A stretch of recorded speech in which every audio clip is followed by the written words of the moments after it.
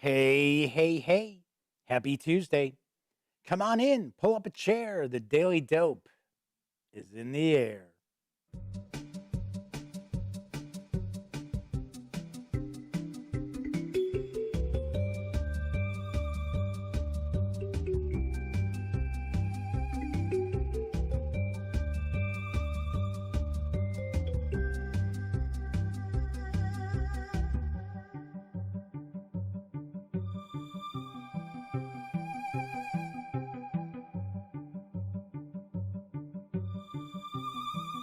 Howdy, howdy, howdy, gang. Yes, I'm Jeff McAleer, back once again as your host here at The Daily Dope, presented by thegaminggang.com, which I happen to be the Grand Poobah.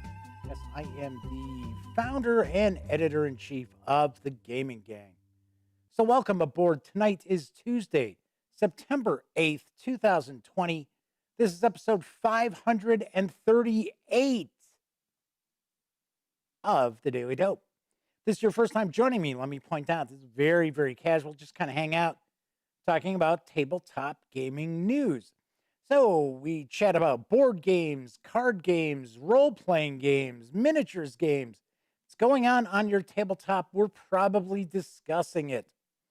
Every once in a while, we'll talk a little bit about PC gaming, pop culture, but for the most part, loads and loads of tabletop gaming news.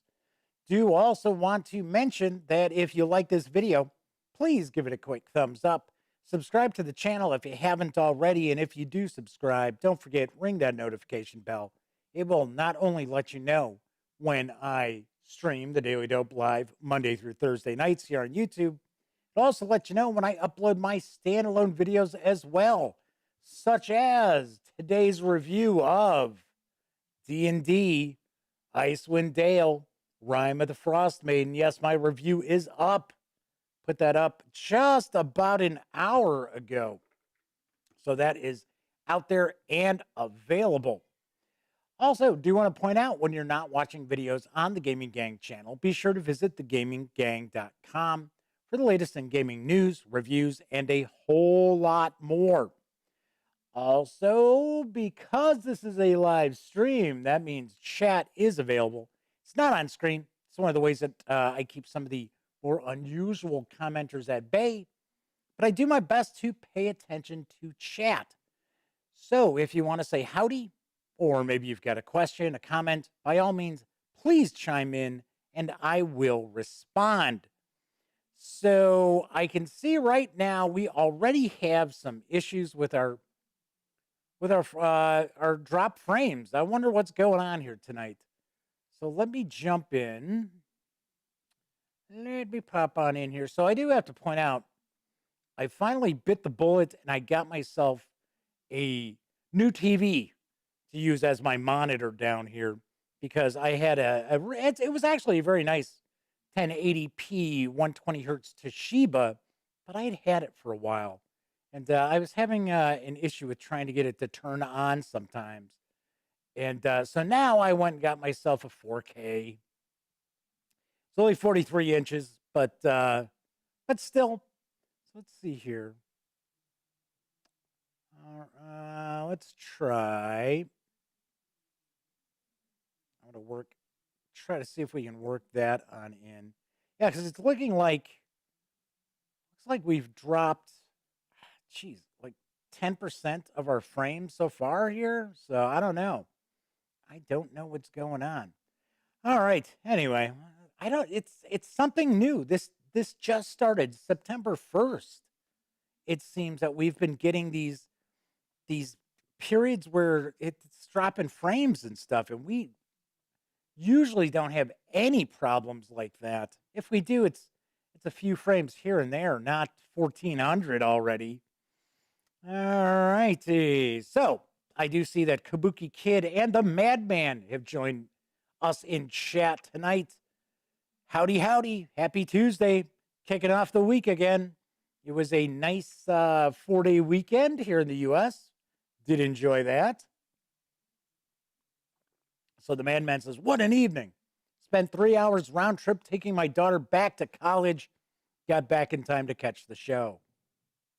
Hooray, hooray. Scott Weagle's popping in. Good to see us.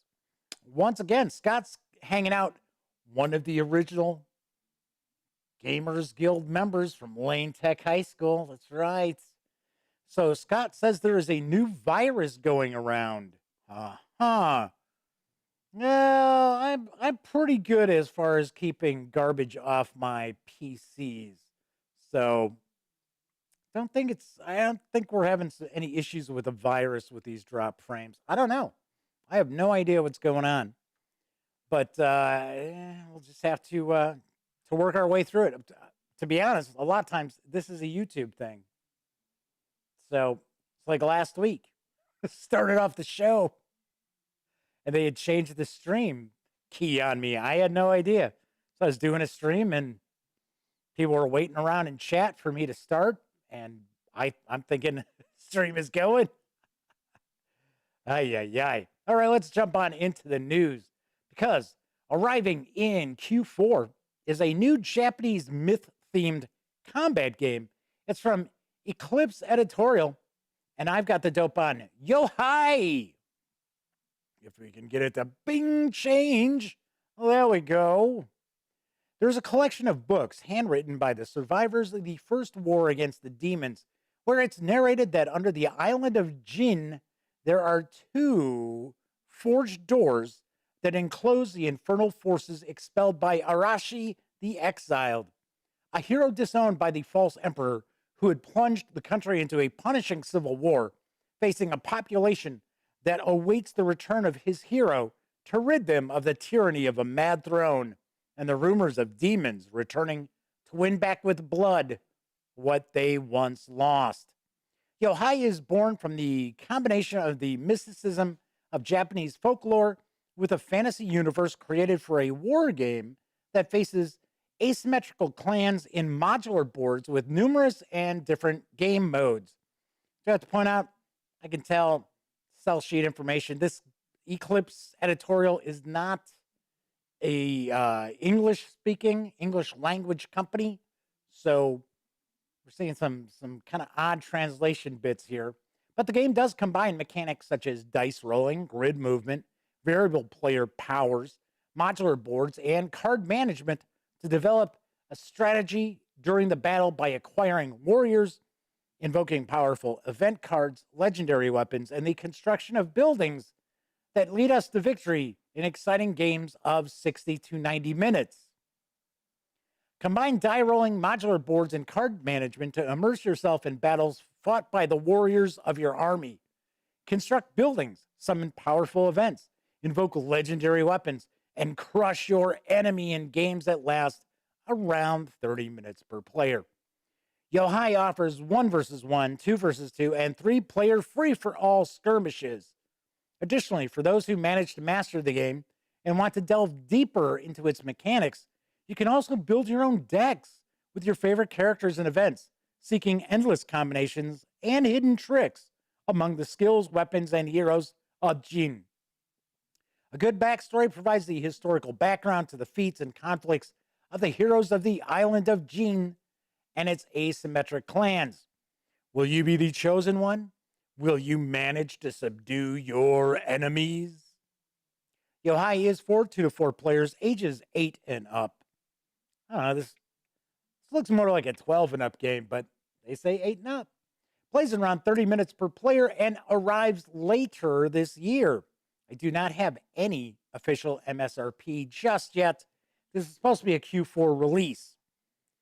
Okay, so the sell sheet info, the press information, a little oddly phrased, but I gotta say, this game does look pretty cool. This does look pretty interesting. Artwork looks pretty nice. It's a combat game. It's a war game. So, hey, you know what? So, Kabuki Kid, it's funny because as soon as I said crush your enemies, I almost started doing this quote from Conan. I didn't, but Kabuki Kid jumped in chat. Crush your enemies. See them driven before you and hear the lamentation of their women. It's funny. That popped in my head too. And I was like, nah, I'm not gonna do that. So we've got another release that's slated for later this year. It's Keepers of the Quest Star. It is from Upper Deck. Here's the dope. Unfortunately, just a little bit of dope and only one image. It's like what? What is Upper Deck suddenly whiz kids? They don't want to share any info. The enigmatic quest masters of Arbendy left many mysterious quests in their wake, but the most coveted of all is an unrivaled treasure known as the Quest Star. For some reason, that just seems like that should be straight out of like Masters of the Universe. Tavern tales and oracles of old have said that mortal artistry pales in comparison to the Quest Star's beauty. Now, competing parties of adventurers have formed to take on the Quest Master's quests and become the keepers of the Quest Star. I have the Quest Star. See what I mean? They are inviting you to embark on this journey and collect a Quest Star for your very own.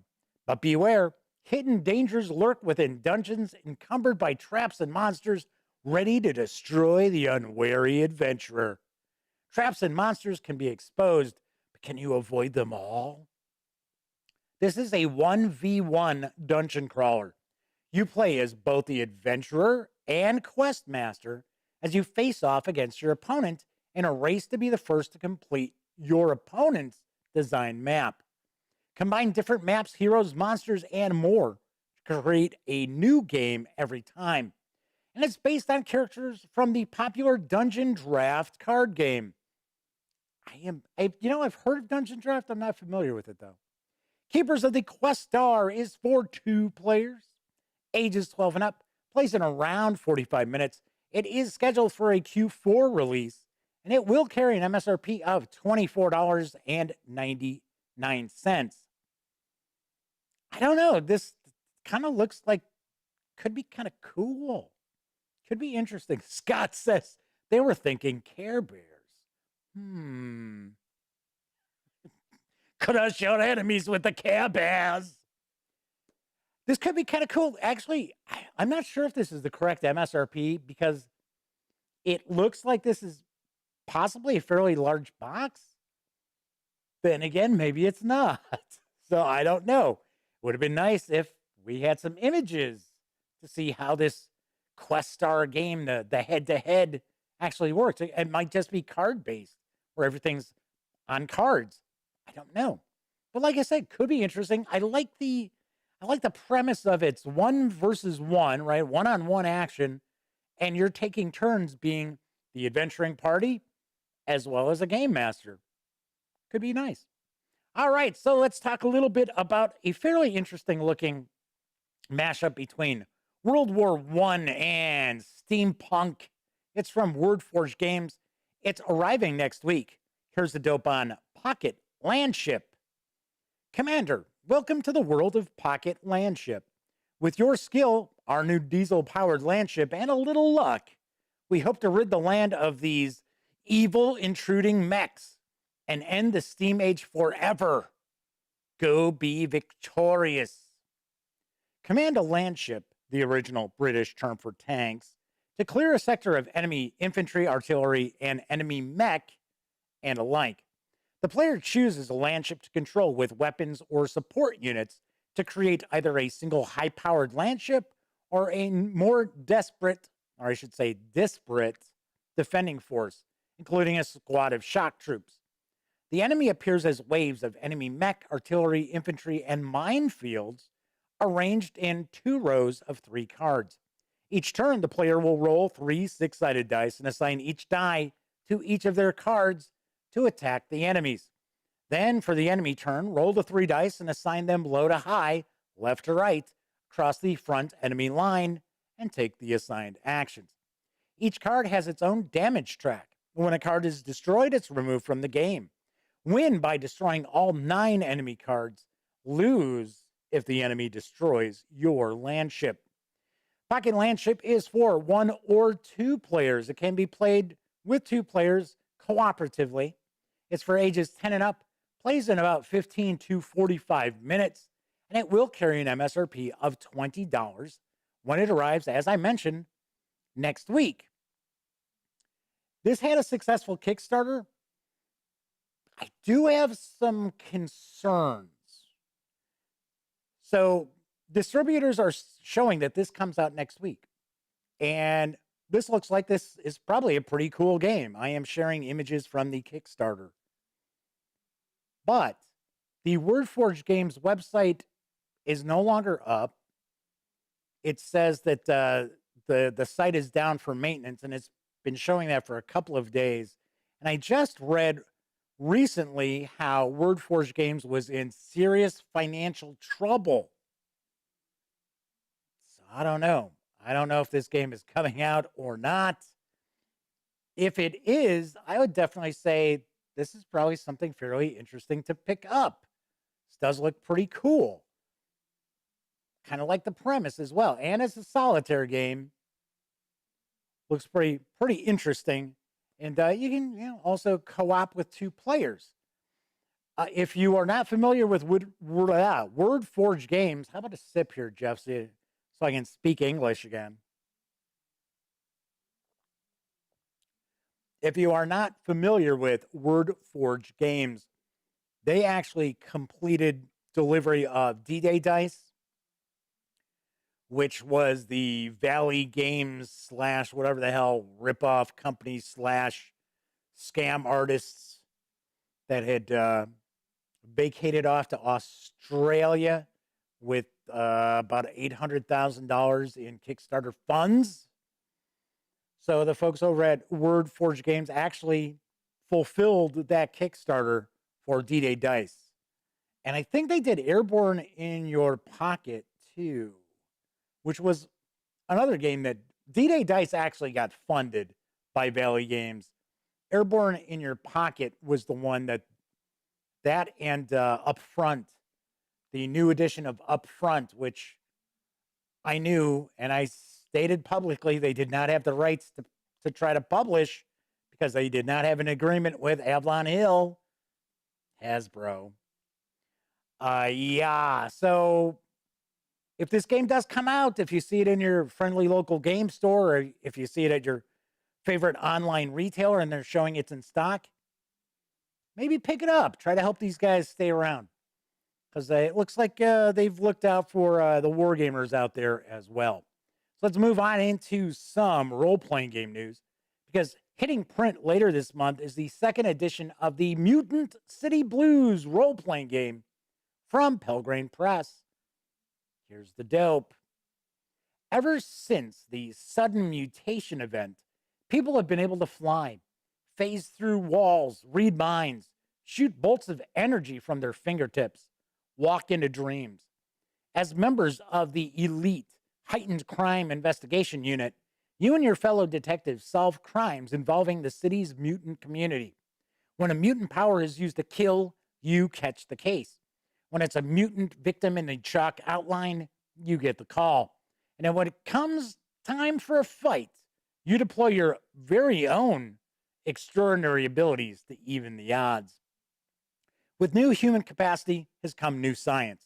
Your squad brings forensic science to bear on the solution of mutant crimes. Need to know if a suspect is the victim of mind control or dream observation? Perform an EMAT protocol to detect the telltale signs of external influence. Was your victim killed by a light blast?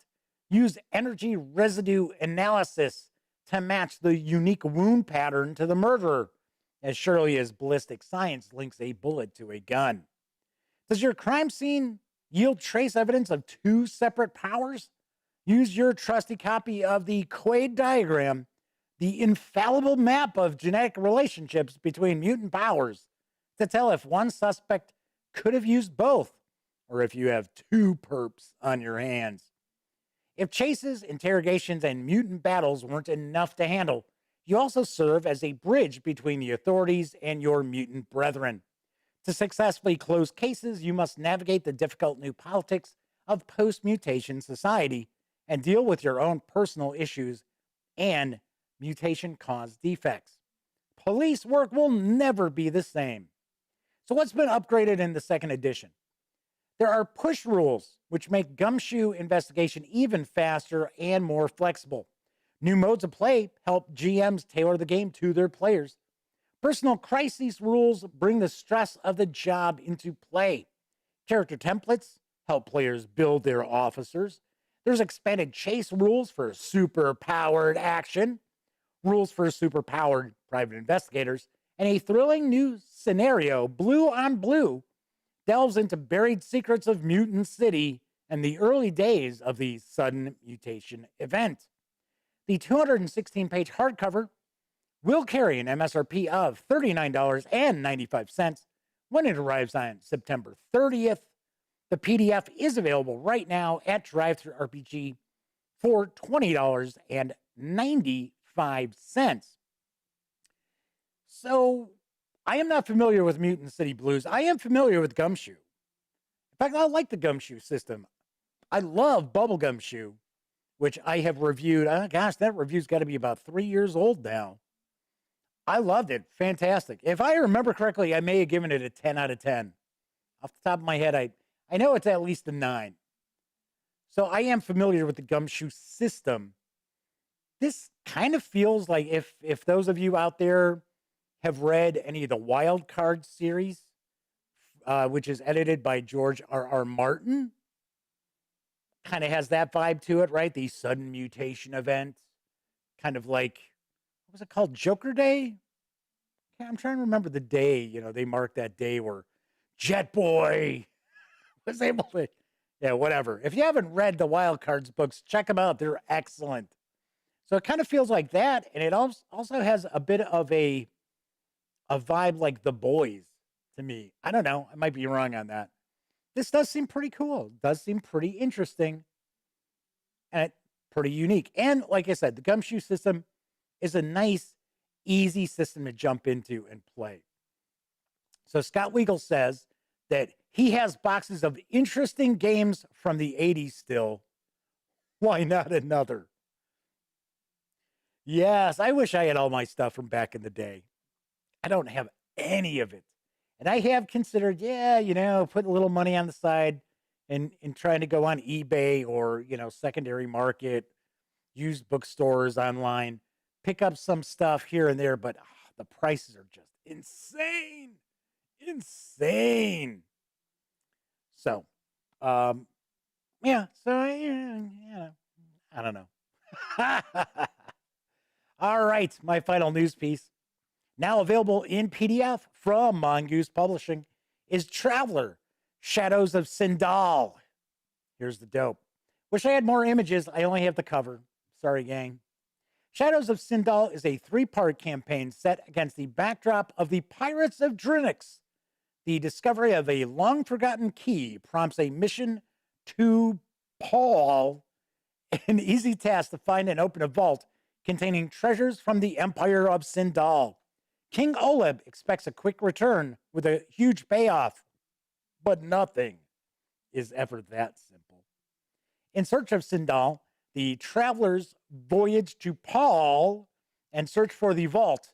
They discover that someone has used a horrific bioweapon against Aslan settlers, yikes, in the world's remote outback. Rather than killing them, it has turned the warlike but noble Aslan into deranged murderers. The vault does indeed contain treasure, but not the sort King Oleb is expecting. Then we have the Plague of Sindal. Reports that the bioweapon has been used on other bands of Aslan suggest someone is testing it before attacking a major world. Tensions are rising. It seems likely the Aslan Harriet will strike to preempt the threat, and the border worlds will suffer the consequences. The travelers are set the task of finding out who is developing this weapon and shutting them down to prevent a war. Then we've got the Prince of Sindal. Prince Richter of Jernai has proclaimed himself heir to the Sindalian Empire. His followers are forming militias on worlds all along the Dust Belt, and there is open conflict on Asus. If Richter wins, King Oleb's dreams of reclaiming the Sindalan Empire are dead. If the Aslan win, Drinix is doomed. The travelers must find a way to derail Richter's scheme without causing a war with the Aslan or handing control of the Dust Belt to the Hierarch. Shadows of Sindal can be played as part of the Pirates of Draenix, I always call it Draenix, campaign, or used as a standalone adventure. The 120-page PDF is available right now at DriveThruRPG for $26.99. I have to admit, I do like the second edition Traveler releases from Mongoose Publishing. I think they're very interesting. I think they do some pretty good adventures, but their pricing is just $26.99 for a 120-page PDF. That's asking too much. It really is. But speaking of DriveThruRPG, I've mentioned 2 RPGs that are available in PDF over there. The Gaming Gang and thus the Daily Dope are affiliated with the One Bookshelf sites. So if you are going to go visit, say, DriveThruRPG, please stop by thegaminggang.com first. Click on one of our banner ads, and that way, if you do happen to make a purchase, I get a little portion of that sale. And all those little portions really do add up and help keep the Gaming Gang website around. And I really definitely appreciate everybody out there who does use our little banner ads before they swing over to DriveThruRPG. Because each and every month, like clockwork, that pays for our hosting for the website, and we don't have cheapo hosting. I say it time and time again. We don't have some GoDaddy hosting or anything like that. So let's see what's going on in chat. So the Madman says they still have the original Dungeon board game sitting around. I know Elliot, my best friend Elliot Miller, he has that as well. Kabuki Kid says they also have Dungeon, the one from 1980. And the Madman says they just cleared out their wish list on DriveThru the other day. Good deal. And Martin O'Brien has joined us in chat. Welcome aboard, Martin. Thanks for joining me tonight. So we zipped through the news fairly quickly. We rocked that out fairly well. So over the weekend, I shared my unboxing and first look at the Rime of the Frost Maiden Dice and Miscellany set. So that video is up. And if you join me a little late, I opened the show by pointing out that my review of D&D Icewind Dale Rime of the Frost Maiden was posted about an hour and a half ago. So that is now out there as well for you to check out. The first look, the page through video, which I put up last Thursday, has already cracked 8,000 views. And I have to say, it is the fastest video to 8,000 views in the history of the channel. So that is very cool. I should mention that in the review, I share how you can win my copy of the Rime of the Frost Maiden. This is my alternate art cover copy. I am doing a giveaway for this. It's pretty easy. You got to watch the video. I'll tell you how you can win it. And I will tell you right off the bat, it is not at the beginning of the video and it is not at the end of the video. So if somebody wants to find out how they can win it, they actually have to watch the video. So, Kabuki Kid says, nice. 8,000 is serious. Well, for some people, that's like big deal. 8,000, nobody watched this. For me, yeah, 8,000 in less than a week. That's pretty good, seeing that I think, off the top of my head, I think the video that has the most views on the channel is around 20,000 views, but it is also one of the first videos I ever did. So that video has been up since about 2012. So I wonder, I'm kind of curious. I'm wondering if the first look video is going to crack 10,000 views by Thursday. So I'm kind of curious. The Madman says, "Oh man, we actually got to watch the video to try to win." Yup. Yes, you do. It's super easy.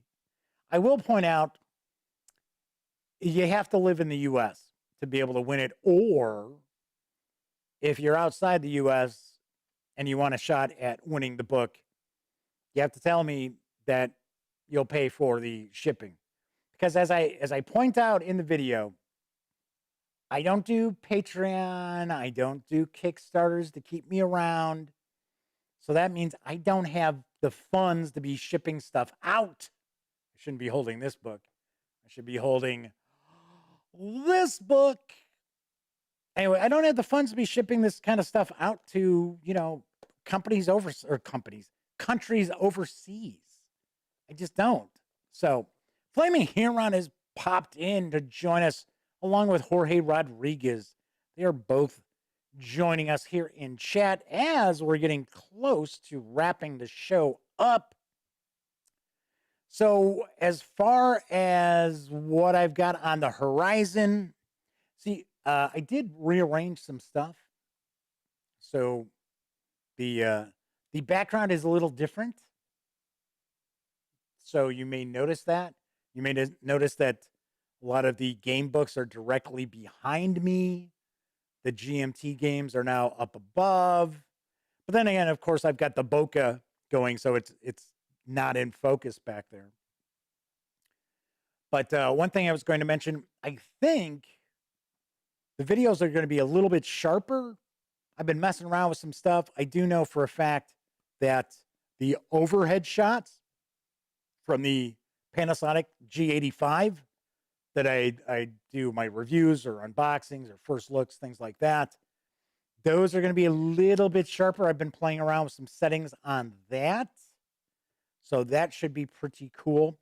So one thing I wanted to mention, and I kind of get a kick out of this.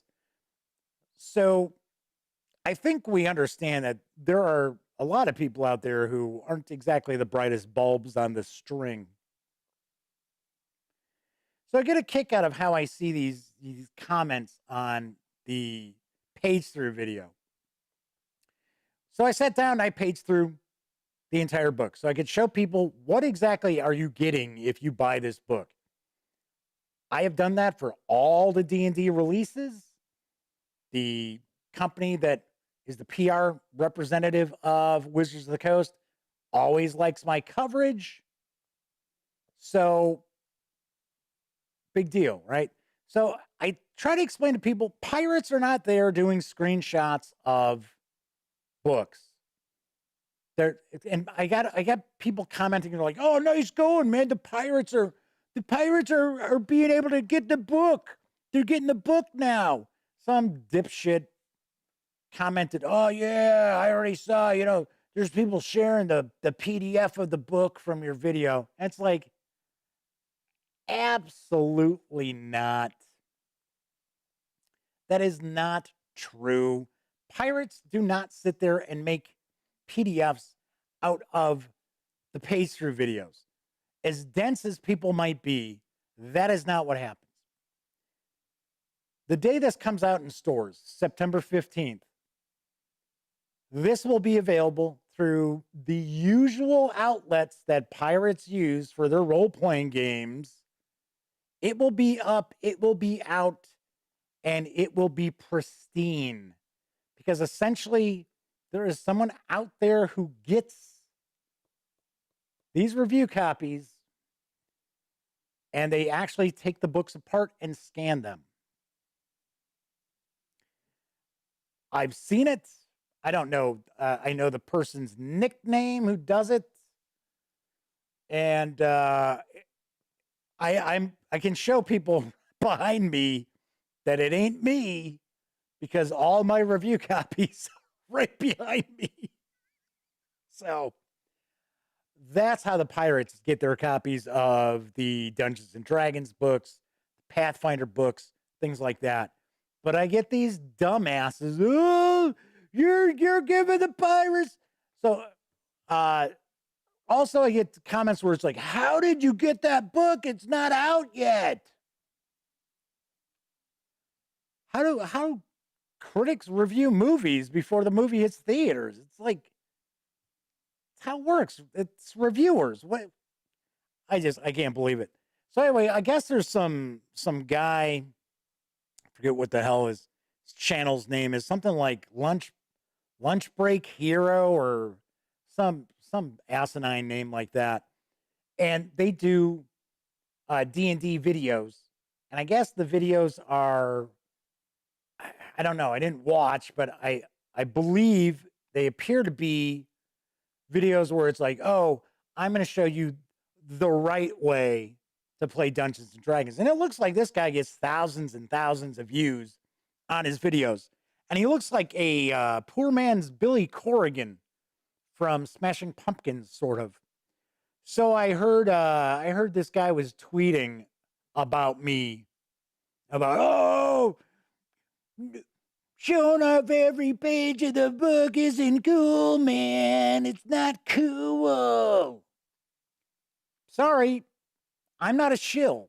Okay, I'm not a shill for Wizards of the Coast. I'm not a shill for Paizo, GMT Games, Cubicle 7.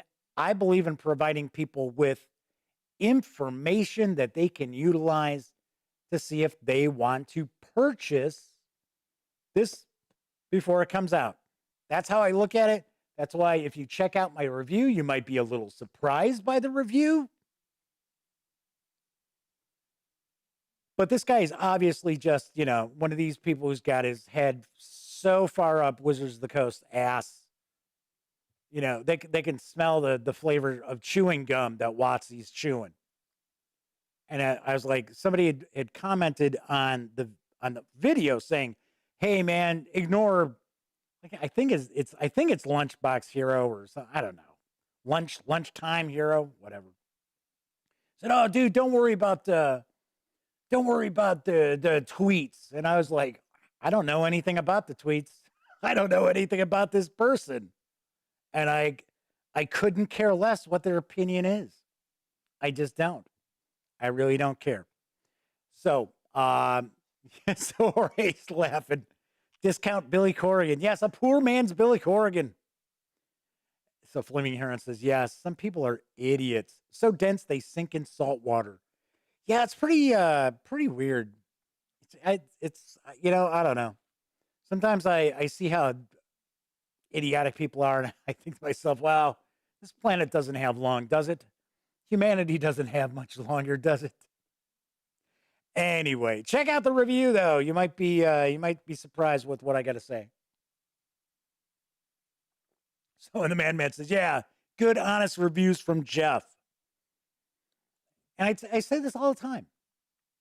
Reviews are opinions. It's just an opinion. Everyone's got one.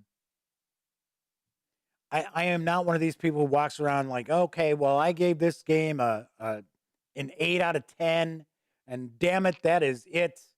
That is precisely what that game is. No, of course not. Everybody's going to have a different take. As long as it's not just sitting there and just rubber stamping everything. Because that is the problem right now that we've got in the coverage of tabletop gaming is we have so many people who are now jumping on board doing this, and everything they review is excellent and fantastic and worth your purchase.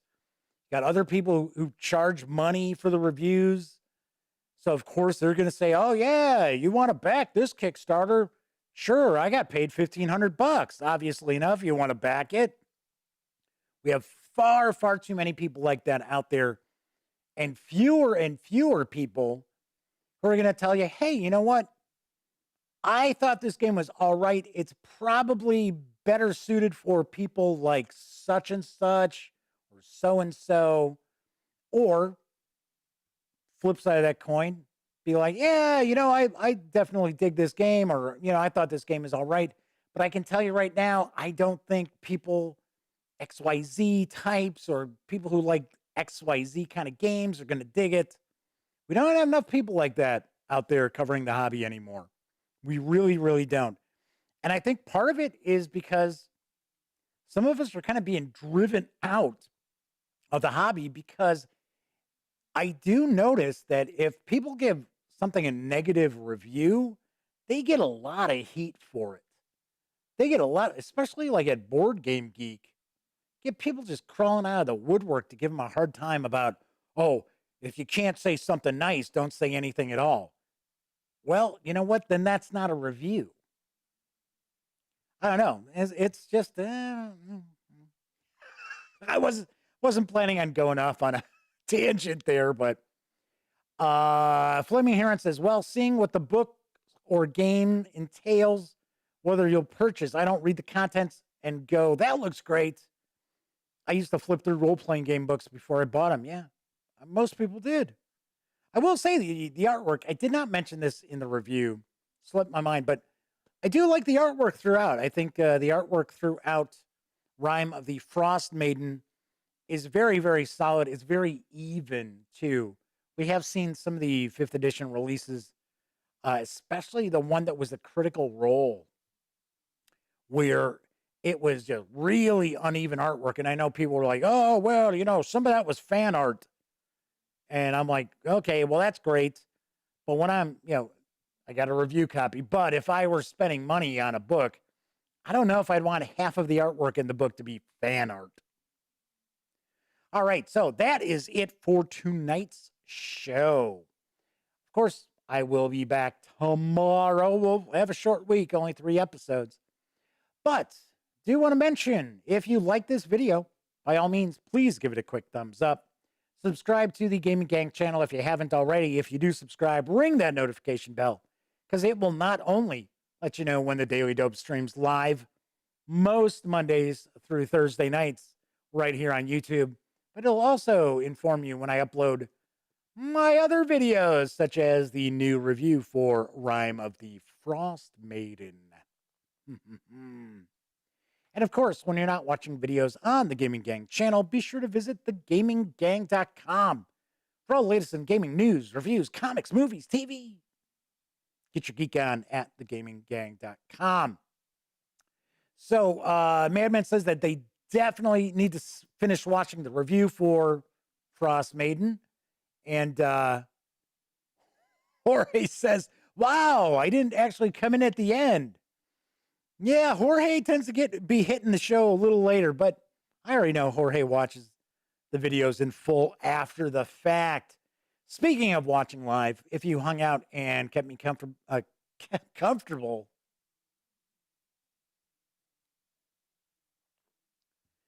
sometimes words are just flying out of my mouth that I seem to have no control over.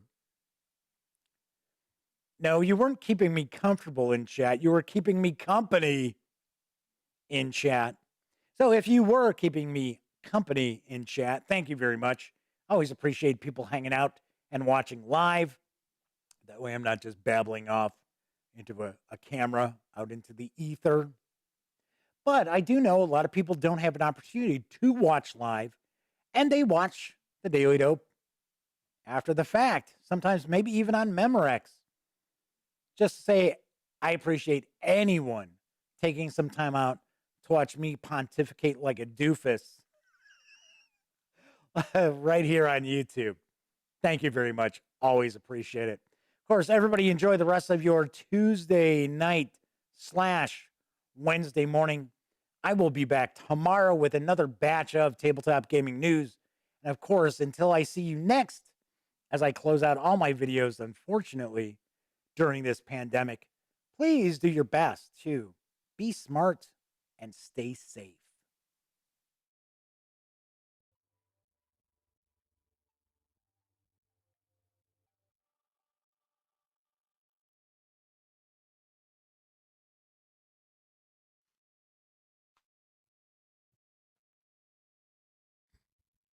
Oh, you're still here. Well, if that's the case, let me point out that the things I'm going to be pointing at, if you are just watching the Daily Dope stream, you may not see what I'm pointing at. Usually it will take about 12 hours once the stream is finished for YouTube to allow me to add my end screen. But if you're watching one of my other videos, such as my reviews or interviews, first looks, pastries, what have you, well, then by all means, click right here and you can subscribe to the Gaming Gang channel. If you click right up here, you'll find the latest episode of my live stream, The Daily Dope. And if you click over here, that's going to show you something that YouTube thinks you might like. Regardless, once again, I'm Jeff McAleer, and thank you very much for watching.